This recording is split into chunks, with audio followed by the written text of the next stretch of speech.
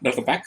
In the last lecture, we have seen one scatter voltage control method. That's one scatter control method wherein we control the terminal voltage applied to the machine from the stator side, and hence it is called scatter control method. Another method of the same league, that is controlling one entity from the stator side, it's variable frequency control, wherein we vary the frequency of the AC voltage which is used to excite the stator. In fact, in strict terms, it is not just frequency control, it's also called V by F control, wherein the ratio of V by F is kept constant when frequency is varied, which means when frequency is varied, voltage also gets simultaneously varied, so that V by F ratio remains constant. What is the purpose of keeping V by F as constant? I will explain very shortly. So the second stator control method is the variable frequency control or V by F control. The essence of that one is that the synchronous speed is given by 120 F by P. 120 F by P, where F is the frequency of the excitation and P is the number of poles of the machine, which remains a constant. So Ns is a direct function of the stator frequency. For example, if F is 50 Hz and number of poles is 4, then the synchronous speed of the machine is 1500. Then the machine would run at approximately at, say, 1400 plus RPM. Okay, slip would be very small, less than 3 to 5% or something of that kind. What if I reduce the frequency to 25 Hz? Then the synchronous speed itself will become 750. Definitely, the rotor will run at a speed less than 750, maybe 700 or something, but still definitely less than 750. So from 1400, it is now running at 700, approximately 700 or something of that kind. And that's the logic of using variable frequency control. Now the question is that to achieve that, we can vary the frequency alone. Why should we vary V by F? Sorry, it's not. Why should we maintain V by F constant? Or when we vary frequency to half, why should we reduce the voltage also by the same proportion? For this, we have to look at the EMF equation of the machine. If you remember the equivalent circuit, it was something like this. This is the Thevenin equivalent circuit. We apply the Thevenin voltage. Induced voltage comes here, E2. I2 dash will flow up to dash by S and X2 dash. This is the equivalent circuit, of which the induced voltage E is given by, this formula is familiar. You would have done it in your machine's course. Winding factor into number of into F rated into flux per pole. If this is constant, this is constant, and if this is constant, then your flux per pole is given by E by F rated. Let it be, this would be E rated. Thus, the flux in the air gap of the machine, this is the voltage across the magnetizing inductance, and hence the flux in the air gap of the machine is given by, it's not equal to, actually it is proportional to, because this is a constant. It's proportional to E rated by F rated. Thus, by keeping V by F constant or E by F constant, what I am doing is that I am keeping the flux in the air gap constant. We have seen the flux is proportional to E rated by F rated, flux in the air gap. Now, from 50 Hz, I reduce the frequency to 25 Hz. Why do I do that? That is to reduce the synchronous speed, thereby reduce my speed of the rotating machine. So, if I do that, what happens without changing the voltage?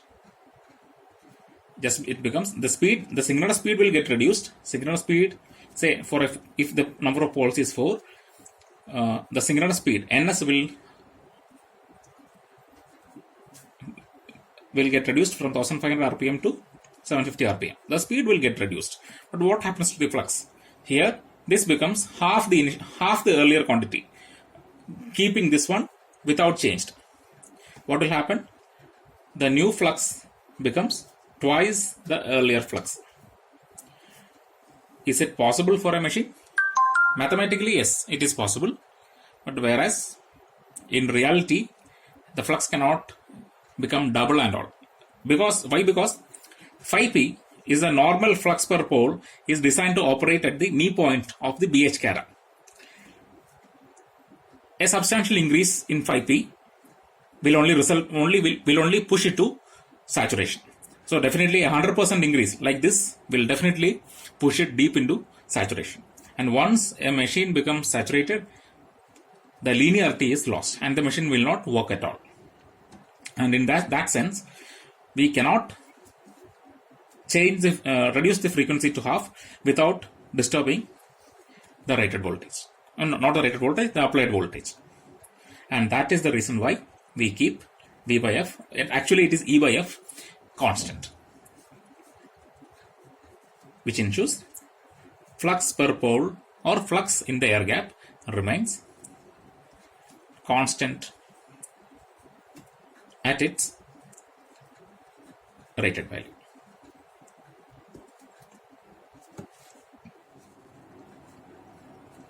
Now let's give a mathematical treatment to this V by F control drive. Let the new frequency by K times rated frequency. So what happens to the voltage?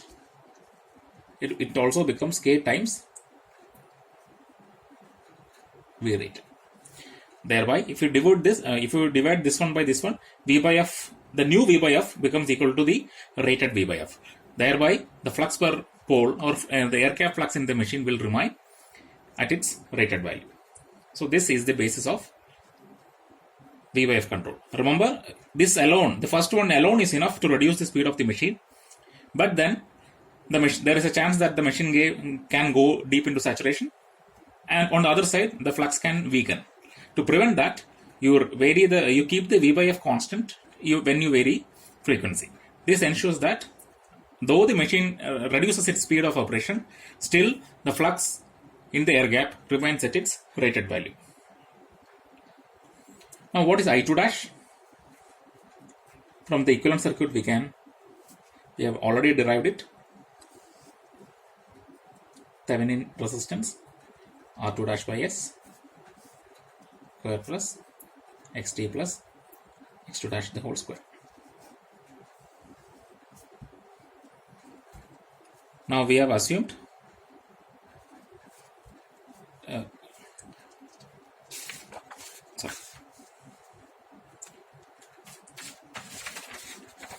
in this equivalent circuit, we have to make some assumptions to facilitate our calculation easier, which is RT approximated to 0, XT approximated to 0.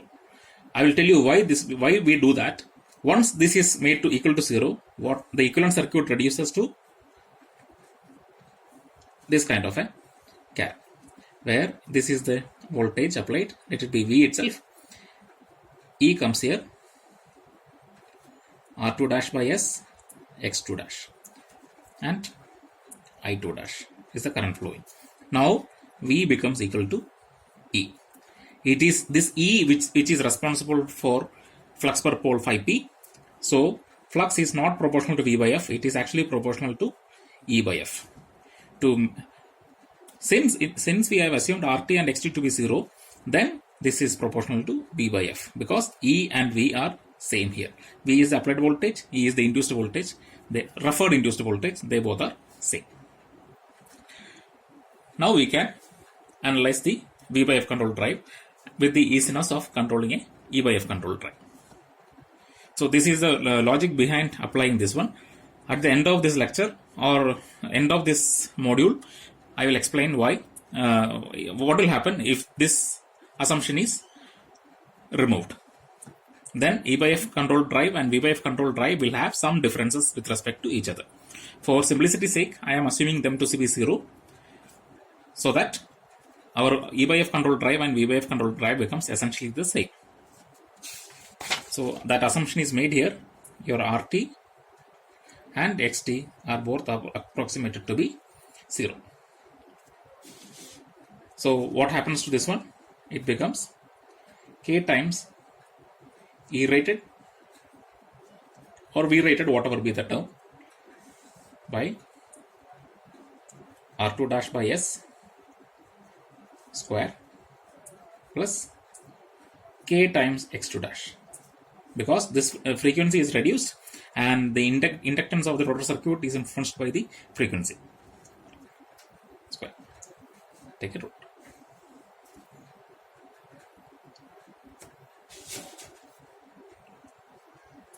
X2 dash is the standstill inductance. Actually, it is a reactance.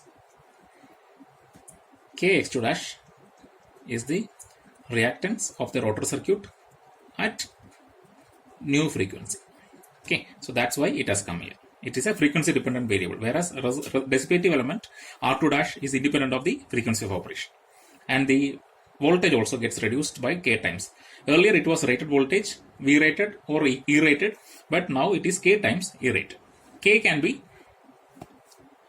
any value. Say we cannot go K beyond 1. What is the reason for that? Because if we do that, then we are exceeding the voltage rating of the machine, which is not allowed. So this is the logic. Once I simplify this, what happens? It becomes, I can take the K inside this square root. It becomes E rated divided by R2 dash by SK square plus this K comes here, X2 dash square. This is your current. We have just seen how we have calculated the I2 dash for a V by F controlled drive. R2 dash by S becomes R2 dash by KS. Everything else will remain as it is for a normal machine. Now, what is the torque? It's 3 by omega S I2 dash square R2 dash by S. The very familiar formula. Just substitute I2 here. It becomes 3 by omega S E rated square by R2 dash by SK square plus X2 dash square into R2 dash by S. If you expand this, there is a mistake. Actually, is it omega S? It's actually K omega S. Why? Your omega is 120. Sorry, NS is 120F by P. Now the F is become K times F. So your new NS dash has become K times NS. That's what. Instead of omega S, it is K times omega S. Okay. Now this becomes 3 by omega S. You can take this K here. It becomes R2 dash by SK. Here also it is E rated square R2 dash by SK square plus X2 dash square. This is the expression for torque. Now what is the change we have here? Now the torque is earlier the torque was a function of slip. Now it is a function of K into S. What is S? It is the slip. What is K? It is a ratio by which we are reducing the frequency to achieve speed control. This is the feature of a V by F control drive. Whereas torque was a function of slip in a stator voltage control. Now instead of S, we have an additional degree of freedom, which is K. So this has 2 degrees of freedom.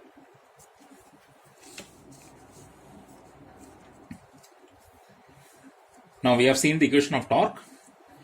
If we differentiate dt by ds with respect to slip and equate it to 0, then we will get the condition for maximum torque, which I am not doing it. However, I encourage you to try it out yourself. It will become, it is much more simpler than the earlier case. Why? Because we have ignored RT and XT. We have assumed them to be 0. So it is as simple as this. And the value for maximum torque comes to be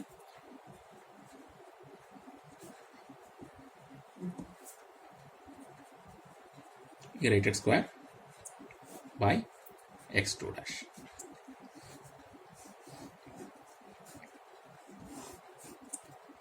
This result is pretty interesting. What is the reason? The value of the maximum torque is independent of K. There is no term K in the value of the maximum torque, whereas the speed or slip at which the maximum torque occurs is definitely influenced by K, which means if I reduce my frequency to half to reduce the speed to half, that maximum torque will not be disturbed at all. The maximum torque will remain intact, whereas the speed at which the maximum torque occurs can definitely be changed by controlling the value of K. So this is the significance of V by F control. Earlier case in stator voltage control, the maximum torque itself was reducing. Lower the voltage, lower will be the value of maximum torque. Here that will not happen, and the reason for that not happening is because flux in the air gap remains at its rated value. Earlier the flux was not remaining at its rated value. Why? The voltage alone was being reduced, so flux V by F also gets reduced as voltage gets reduced. Since the flux is weakened in the air gap, that's why the maximum torque reduces. Whereas here the flux in the air gap remains constant even if the voltage is reduced or the frequency is reduced, and that's it reflecting in this equation. The maximum torque of the machine is not disturbed by changing K. Let's have a look at the torque speed cara of a V by F control drive. First, let's consider for rated value when K is equal to 1. This we have already seen. This was the cara. This was T max. It was happening at some S max. Okay. Correspondingly, it was taking its maximum value. Now the drooping cara is there.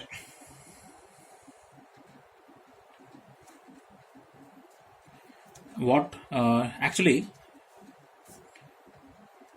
we will be normally operating in the drooping cara. This is also called the negative T omega characteristics. That is because as the speed is increasing, the torque is falling. Torque is falling as the speed increases. So it is a negative T omega cara. Whereas this cara is called the positive T omega cara. That is, as the speed is increasing, torque is also increasing. As is here, from here, if I come here, the speed has, actually I have drawn it wrongly. The axis, this is omega and this is T. Okay. So as the torque is increased, speed is also getting increased. So this is a positive T omega cara or the unstable cara. Whereas this is the negative T omega cara, which is the stable zone. We will normally operate at this zone only, and hence we can skip drawing this diagram from the next slide onwards, because we will never operate an operating point here even if it is stable. Why? Because the current drawn, if the operating point is in this zone, the current drawn by the machine is very large, which results in very poor efficiency. So we will carefully ensure that operating point always lies in this negative T omega cara. So from next slide onwards or next drawing onwards, we will be drawing only up to this portion, only up to this portion, only this portion. We will not be drawing this portion. Now let's draw the T omega cara. We will draw only the negative T omega cara. This will be something like this. Okay, and this corresponds to the maximum value of torque, T max. This is for K is equal to 1, which means for a machine, say 440 volt, 50 hertz. This is 440 volt, 50 hertz. Now listen carefully. This is at 50 hertz. Now let me draw K is equal to 0.5, which means frequency is 25 hertz. What should be the voltage? Since if the frequency is multiplied by 0.5, then the voltage also must be multiplied by 0.5 for V by F control to be effective. So this would be 220 volt. What will be the shape of this? Now, from where will it start? Earlier, it was starting from synchronous speed. Now the synchronous speed is reduced to half because we have reduced the frequency to half, 0.5 omega s.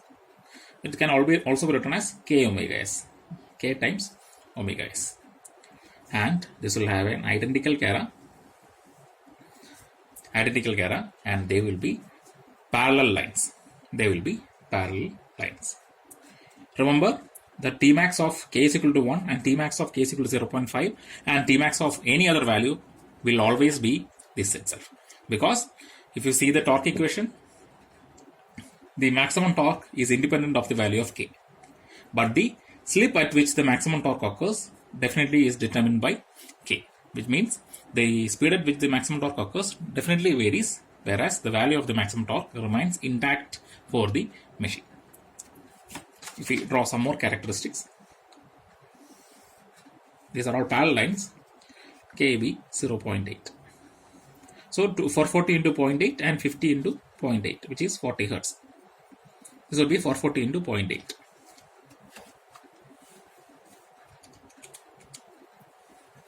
$350. Hope you have understood the concept. Now there has one characteristics which has a slope like this. They are all parallel lines. Let that be equal to k is equal to 0.05. K is equal to 0.05, which means the voltage to be applied is 22 volt and the frequency to be 2.5 Hertz. 2.5 Hertz. What is the peculiarity of this one? Let it be K1, K2, K3, K4. What is the peculiarity of K4? That should be the voltage and frequency that must be attained to start the machine. What is the advantage of doing that? Then it ensures that the machine starts with its maximum possible torque, and the machine will start with the maximum possible torque. Okay, and it will accelerate, and then you can apply the next step. Then the next step, like that, the machine will build up its speed. This also ensures that the starting current of the machine is definitely limited. You does not need a dedicated starter to start this induction machine if it is started with V/F control. This is another advantage of V/F control, through which we can get away with the need of having a proper starter. Only thing to be ensured is that you should apply 22 volt at 2.5 Hertz at the starting. Then the machine will develop its maximum starting torque. The maximum torque that also becomes equal to the starting torque. An excellent starter you can get just by applying this voltage and this frequency. All you need is a proper inverter which can output 22 volt at 2.5 Hertz. Let us try to understand physically what is the meaning or what is the relevance of the term S into K. Now what is the slip S?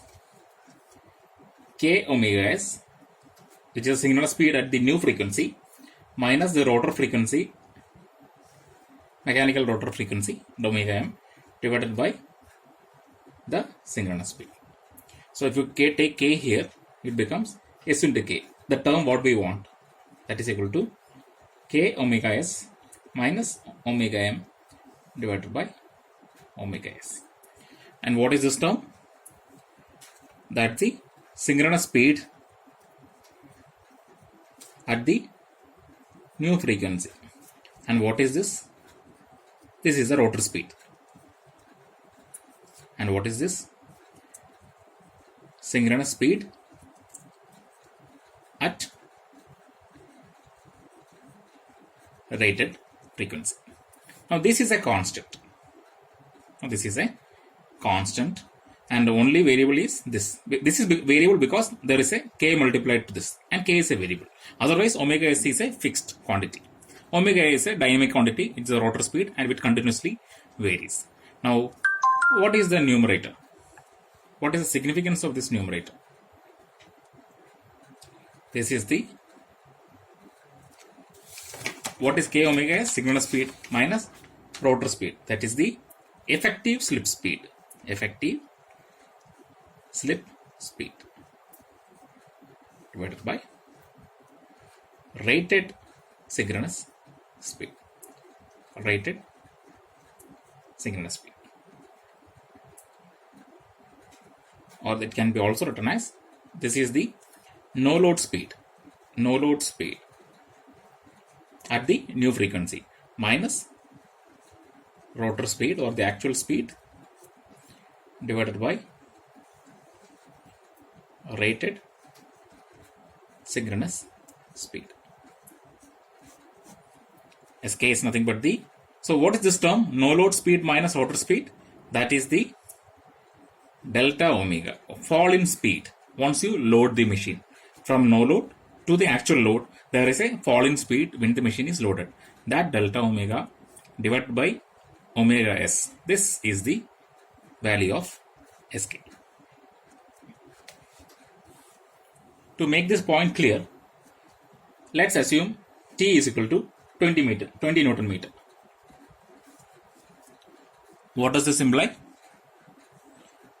Our 20, which is the T, is equal to 3 by omega s E rated square divided by R2 dash by Sk the whole square plus X2 dash square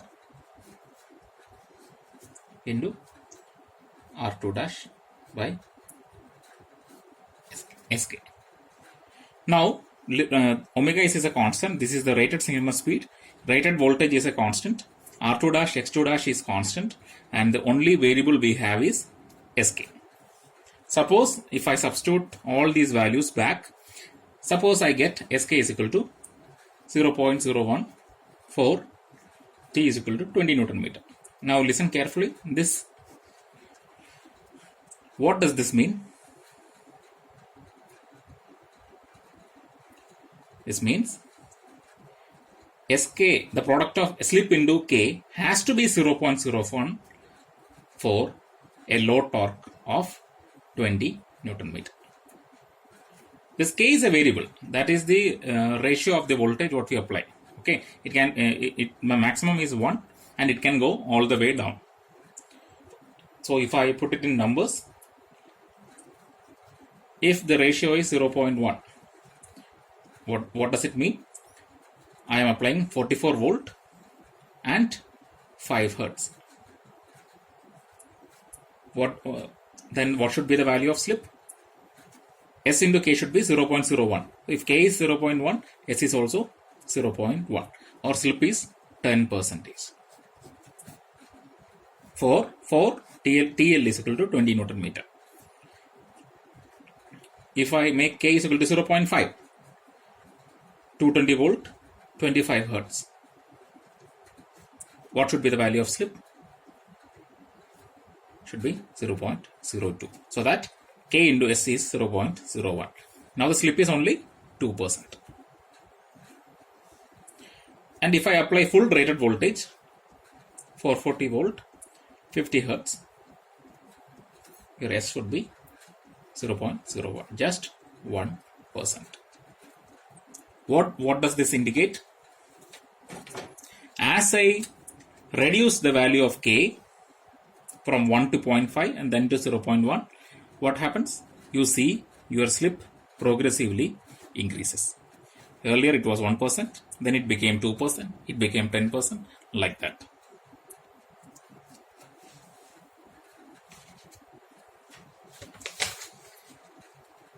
Which means slip has to increase as we reduce K. Slip has to increase as we reduce K for same amount of load torque. If this is 20 Newton meter, this also I am talking about 20 Newton meter. This is 20 and this is 10. That is not possible. Only for a constant load torque. If for 20 Newton meter torque, Sk is 0.01. Then as I change K, you can find out the corresponding value of slip or the corresponding value of speed. That is the logic of Sk. For a given load torque, the value of Sk should remain constant irrespective of the values of K. Hope the concept is clear. Now, this graph explains the physical significance of K. Let this be 440 volt at 50 Hertz. K is equal to 1. This is half of that, 220 volt, 25 Hertz. The characteristics are parallel straight lines. I am only considering the negative T omega cara. Actually, this cara is also there, but which is hidden since we are not going to operate the machine at this cara. TL is equal to 20 Newton meter. It intercepts at this point at A and this point at B. Correspondingly, we have omega A, omega B. And this is omega S1, signal speed corresponding to 50 Hertz, and this is signal speed corresponding to 25 Hertz. What I told, for a constant load torque of 20 Newton meter, Sk is constant. Sk is constant and is equal to 0.01 in the earlier example what we have seen, which means this is Sk1. From omega S1, how much the speed has fallen to omega A, this value. That is Sk1. And similarly, from omega S2 till omega B, how much is the speed? That is Sk2. And from our definition, we understand that Sk1 is equal to Sk2. Which means, if Sk1 is 50 rpm, the fall in speed is 50 rpm. Here also it is 50 rpm. Though we have changed the value of K, Sk remains constant. And Sk is nothing but the fall in speed. So, Sk is constant means fall in speed is constant here as well as here. Hope the physical significance of Sk is clear to you. Now, let's see how does the speed changes be influenced, for which we will see the graph once again. Torque, omega, you have the Tmax curve,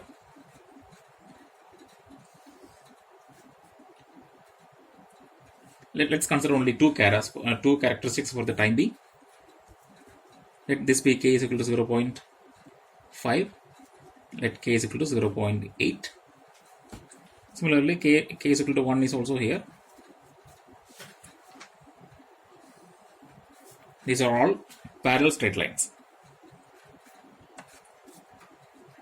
Consider a torque like this, TL, which results in operating point A, operating point B. Corresponding speed of omega A and omega B. Assume now I am operating at operating point A. I would like my speed to increase to omega B. What should I do? If I put numbers, this is 440 volt, 50 Hertz. This is somewhere around 350 volt, 40 Hertz. And this is 220 volt, 25 Hertz. I am now at K is equal to 0.5, which means I am applying a voltage of 220 volt at a frequency of 25 Hertz. And the machine is operating at let this be 20 Newton meter. At a speed omega A, given like this. I would like to increase my speed to B. What should I do? Now understand, this operating point B is in this cara, 350 volt, 40 Hertz. So, what should I do? I am currently at 220 volt and 25 Hertz. I should change it to 350 volt and 40 Hertz.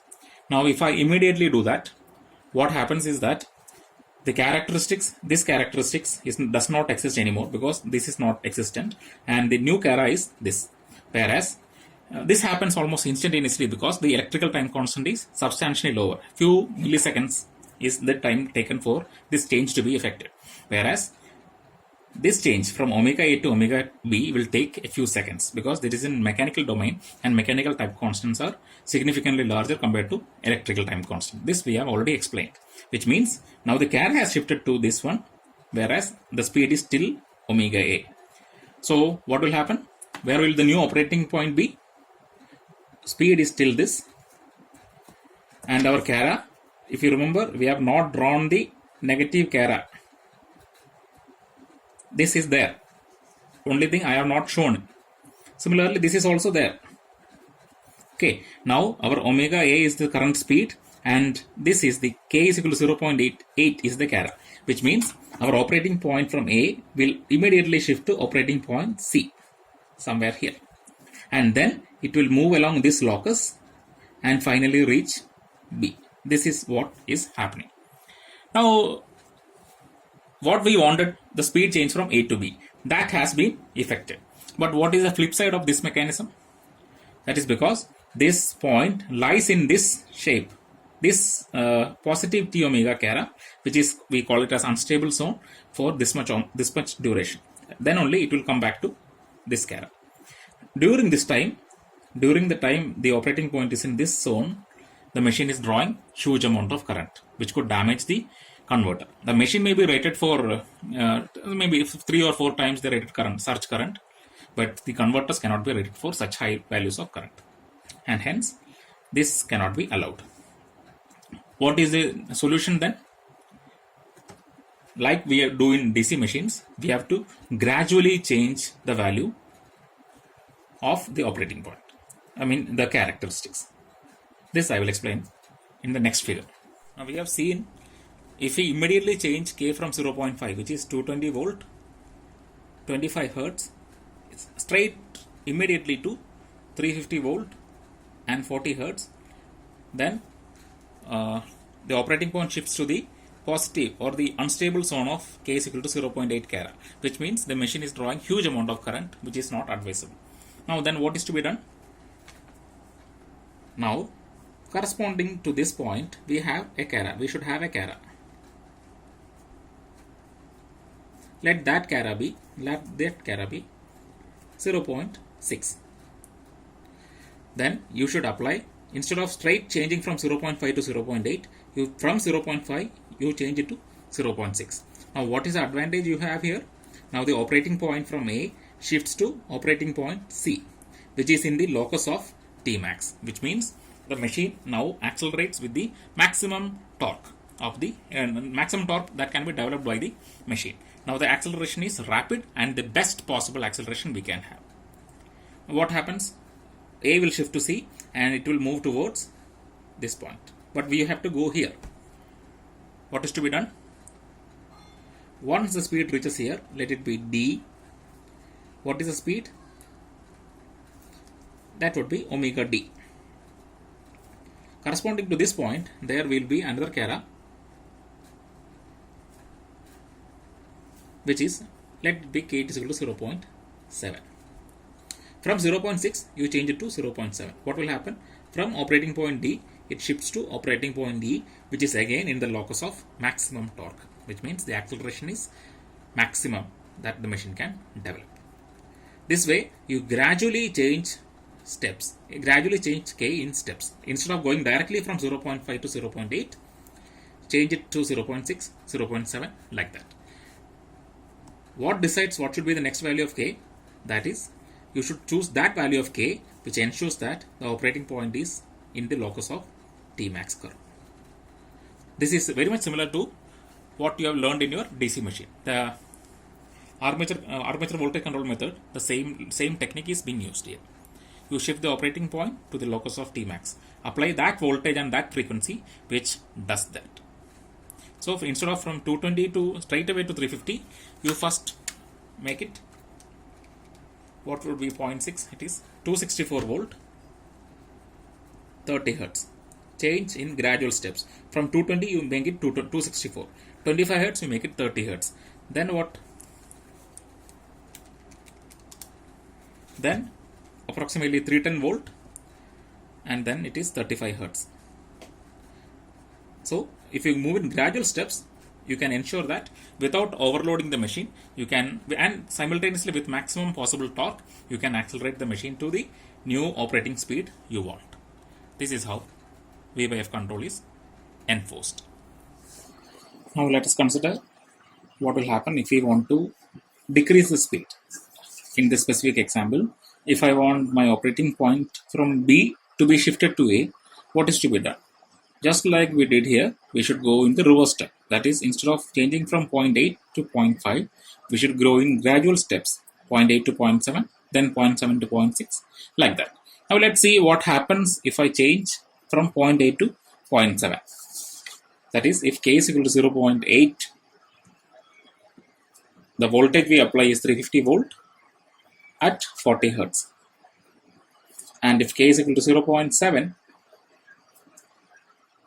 it is 310 volt at 35 Hertz.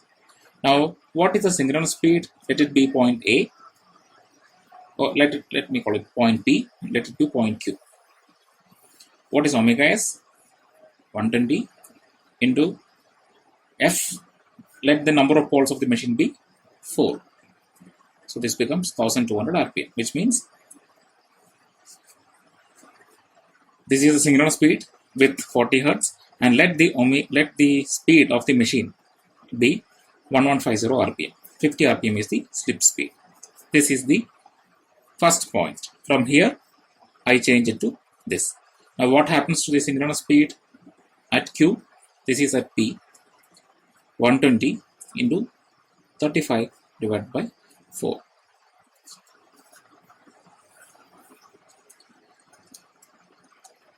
(1050 RPM). 1050 RPM. Now see, the moment we change from K from 0.8 to 0.7, instantaneously the synchronous speed of the rotating magnetic field changes.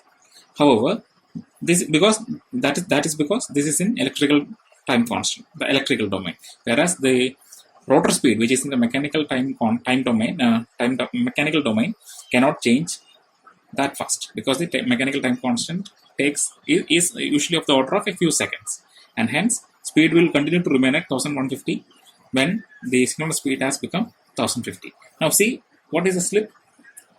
S is given by synchronous speed, which is 1050, minus the rotor speed, which is 1150 by, so this comes to be approximately minus 9%. What does this minus signify? This means, when can the slip of an induction machine be negative? That is when it is working as a induction generator. This you would have learned in your machines course. It works as an induction generator. What happens? The rotating kinetic energy is converted to electric energy and fed to the grid. The last part, let's consider the efficiency. What happened in stator voltage control? Stator voltage control efficiency was 1 minus S, which means as the speed decreases, slip increases. Therefore, efficiency drops. Okay. Now see, let's see how this one, V by F controlled machine, behaves. The air gap power is given by 3 I2 dash square R2 dash by Sk.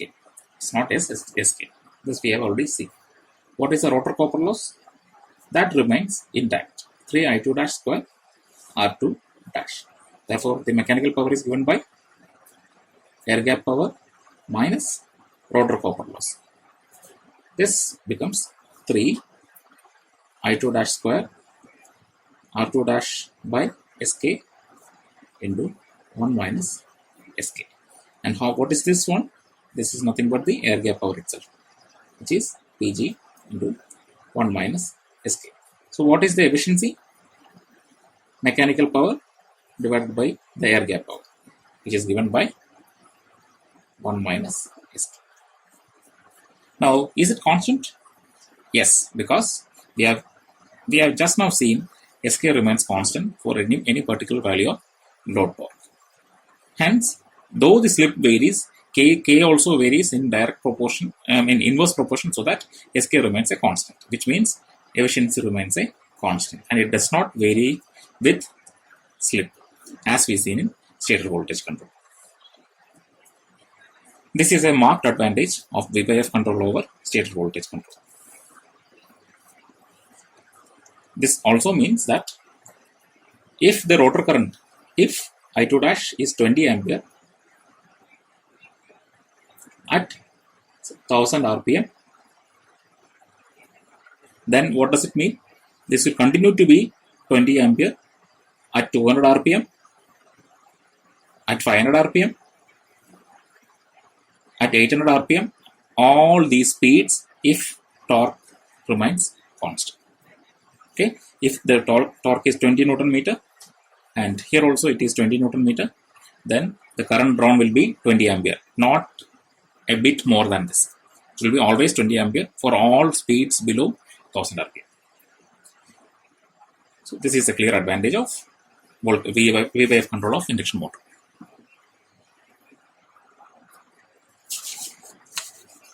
Now, if we make a comparison between stator voltage control and V-wave control, what all things can we say? Torque per ampere was proportional to Vt. How about here? This we haven't seen so far. I'm sorry about that. But we can do it very easily. What is the torque? Torque is 3 by omega s E rated square R2 dash by Sk. And what is current? E rated by R2 dash by Sk. This is assuming RT equal to XT is equal to 0 and X2 dash is significantly smaller than R2 dash by Sk. With this assumption, we have attained these results. Now just divide these two equations. T by I is given by, you will get it as 3 by omega s into E rate. Now see, E rated is a constant value. For a machine, E rated is defined. This is the rated voltage. E rated is induced voltage. And omega s is the synchronous speed, rated synchronous speed, that is also a constant. So T by I for an induction machine with V-wave control is a constant. So unlike stator voltage control, the torque per ampere is equal to a constant. So one of the serious drawbacks of SVC is solved in V-wave control. What all things else we can say? Above base speed is not possible. Above base speed not possible. Same goes here. Not possible. Because if we increase the frequency, then the voltage also has to be increased. But we know we cannot exceed the voltage beyond the rated capacity of the machine. So this is not possible here as well. So they are equal in this respect. Efficiency is equal to 1 minus s, and it was falling as the speed is reduced. Efficiency here is 1 minus sk, which is a constant. So this is a clear advantage. This is a drawback. Anything else? More or less, I think it is this one. And simplicity is the only advantage of a stator voltage control or terminal voltage control. But here you need, this is slightly more complex. We cannot use a auto transformer here. We need to have a voltage source inverter here. We need a VSI, which is little more complex. So this sums up pretty much about V-wave control, and we have just now compared V-wave with SVC and see that V-wave control drive has clearly certain advantages over terminal voltage control method of induction machine. Now we have completed the stator control methods of induction machine. Now in the next lecture onwards, we will be focusing on the rotor control methods of induction machine. Thank you.